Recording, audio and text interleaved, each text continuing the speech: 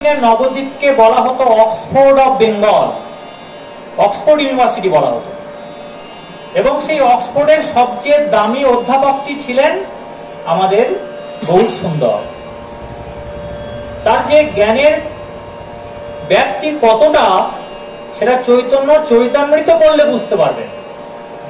তিনি শুধু তার সারা জীবনে বলে গেছেন।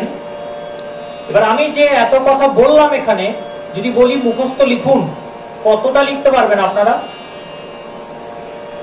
3.5 ঘন্টা প্রোগ্রাম করব, 8 ঘন্টা লিখতে পারবেন না।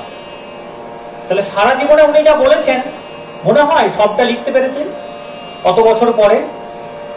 কিন্তু যেটুকুই লিখেছে চৈতন্য চরিতামৃতে কৃষ্ণদাস কবিরাজ, আমি তো একটু আগেই বললাম সেটা যদি কেউ 100% অধ্যয়ন করতে পারে তাহলে তার বাংলাতে এবং সংস্কৃততে পিএইচডি হয়ে যাবে। তাহলে ভাবুন, যেটা সোর্স মানে উৎস যেটা জ্ঞানের, সে তাহলে কি ছিল? সেই ব্যক্তি পথে নেমে দাঁড়ে দাঁড়ে ঘুরছে, হরিনাম বলছে তোমরা হরিনাম করো, সবাইকে ভালোবাসা দিচ্ছে। কিন্তু মহাপ্রভু এই আন্দোলন বেশি দিন করেননি, তিনি চলে গেলেন পুরীধামে। তার এই আন্দোলনটাকে টিকিয়ে রাখলো কে এখানে? সেটাকে টিকিয়ে রাখলো কিন্তু নিত্যানন্দ মহাপ্রভু। আপনাদের যাদের গুরুদেব আছে বা যাদের নেই তারা জেনে রাখুন যে আমাদের প্রত্যেকের অজান্তেই গুরুদেব হচ্ছেন, আসল গুরুদেব হচ্ছেন Nityananda Mahaprabhu. He is the cardinal guru of all the devotees. যা গুরুদেব আছে থাকুক, কিন্তু এটা না জেনে রাখলে মুশকিল আছে। কারণ এই দরজাটা না অতিক্রম করলে যেমন আপনি উঠোনে আসতে পারবেন না, এবং উঠোনে না এলে যেমন আপনি ঘরে ঢুকতে পারবেন না, সেরকম নিত্যানন্দ মহাপ্রভু হচ্ছে এই দরজাটা। উনি কৃপা করলে তবে আপনি এই উঠোন অর্থাৎ গৌরসুন্দরের যে জায়গা, আন্দোলন, সংকীর্তন আন্দোলন, সেখানে প্রবেশ করতে পারবেন। সেইখান থেকে পাবেন রাধারানীর কৃপা, আর রাধারানীর কৃপা পেলে তারপর পাবেন কৃষ্ণের কৃপা, তখন আপনার মুক্তি হবে। এইটা হচ্ছে প্রসেস। এই প্রসেসের মধ্যে দিয়ে যেতে হবে। যদি আপনার গুরুদেব আপনাকে বিভ্রান্ত করে অন্য কোনো পথে নিয়ে যায়, তাহলে আপনার দায়িত্ব হচ্ছে গুরুদেবকে সেই পথে পরিচালিত করা। তাকে ত্যাগ করা আপনার ধর্ম নয়, কারণ শাস্ত্রে আছে গুরুদেবকে ত্যাগ করা পিতা মাতাকে ত্যাগ করার সমান অপরাধ। কিন্তু আপনি কতবার চেষ্টা করবেন, আপনাকে পাত্তাই দিচ্ছে না গুরুদেব, যে তুই ছোট ছেলে, তুই থাম। গুরুদেব কৃষ্ণ ভজনা করছে না, কৃষ্ণের আরাধনা করছে না, বিগ্রহ সেবা করছে না, কৃষ্ণ নাম নিজে নিচ্ছে না, কাউকে কৃষ্ণ নাম দিচ্ছে না। অথচ মহাপ্রভু নির্দেশ দিয়েছে, কিবা বিপ্র কিবা মেশি শূদ্র কেন নয়, যেই কৃষ্ণ তত্ত্ববেত্তা সেই গুরু হয়। অর্থাৎ ব্রাহ্মণ না শূদ্র দেখো না, নারী না পুরুষ দেখো না, শিশু না বৃদ্ধ দেখো না, কিচ্ছু দেখবে না। তুমি একটাই কোয়ালিফিকেশন দেখে নেবে গুরুদেবের, যে সে কৃষ্ণ তত্ত্ববেত্তা কিনা, অর্থাৎ সে নিজে কৃষ্ণের তত্ত্ব জানে কিনা, সে ভজনা করে কিনা, এবং কৃষ্ণ জ্ঞান প্রদান করে কিনা। যদি ওই সব না করে সে উল্টো পাল্টা করে, নিজের লেখা বাণী পড়ায়, নিজের আজে বাজে আরতি করায়, নিজেরই প্রশংসা করায়, তাহলে শিষ্যের কর্তব্য হচ্ছে তাকে কৃষ্ণ জ্ঞান দেওয়া, গুরুদেবকে দেওয়া। 100 বার চেষ্টা করুন, যদি তাও না হয় তখন সে গুরুদেবকে ত্যাগ করুন, তখন আর অপরাধ হবে না। আর যদি না করেন, তিনি তো যাবেনই নরকে, তার পিছু পিছু আপনিও যাবেন, মুক্তি হবে না। এইটা হচ্ছে গুরুর কর্তব্য। আরো অনেক সময় নিয়ে অনেক কথা বলা যায়। শিষ্যেরও কর্তব্য আছে, শুধু গুরুর দোষ ধরলে হবে না। শিষ্যকে কেমন হতে হবে, ছোট্ট একটা গল্প বলি। এখন গুরুদেবের এজেন্ট ঘুরে বেড়াচ্ছে, এমন যুগ হয়ে গেছে। এই দীক্ষা নিবি, এই দীক্ষা নিবি, দীক্ষা নিবি, এরকম করছে।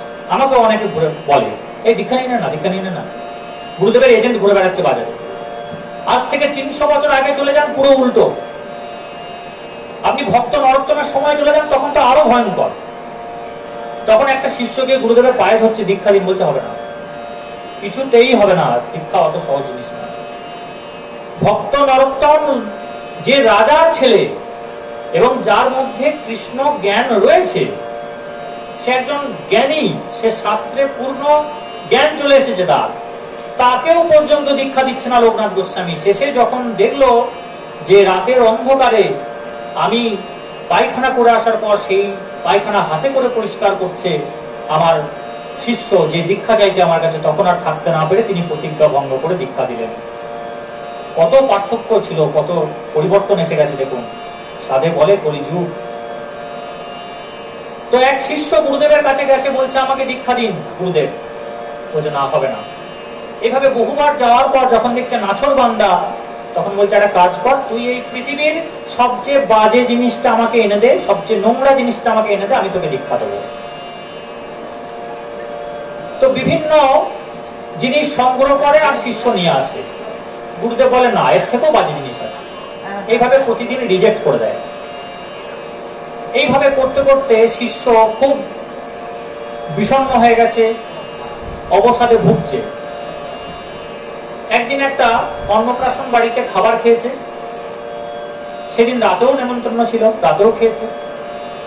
পরদিন সকালবেলায় যখন ওই বাজে বস্তুটার খোঁজে যাচ্ছে যে গুরুদেবকে গিয়ে দেখাবো, তখন হঠাৎ পেটটা কুনিয়ে উঠেছে ওই রিচ খাবার গুলো খেয়ে।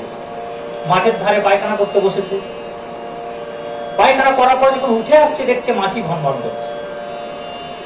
ওর তখন মাথায় ক্লিক করলো যে তাই তো, আমি এতদিন ধরে খুঁজে বেড়াচ্ছি, আজকে আমি বাজে জিনিসটা পেয়েছি। এই মলই হচ্ছে সবচেয়ে বাজে জিনিস পৃথিবীর, এইটা আমি গুরুদেবের কাছে নিয়ে যাব। ঠিক সেই সময় দূরে একটি রাখাল ছেলে মাঠে গরু চড়াচ্ছিল। ও যখন দেখছে মলটা তুলতে যাচ্ছে, তখন একটু বলছে, এই দাঁড়াও, কি করছো তুমি? তো তখন পুরো ব্যাপারটা খুলে বললো যে এই ঘটনা ঘটেছে।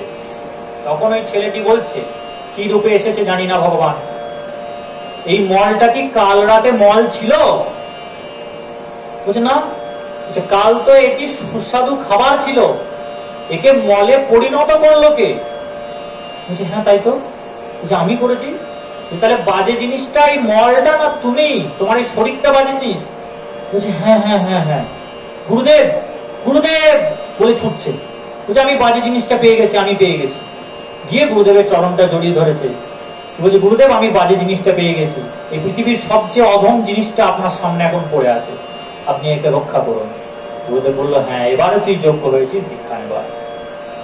এইটি হচ্ছে শিষ্যের কোয়ালিফিকেশন, আর গুরুর কোয়ালিফিকেশন তো আমি আগেই বললাম।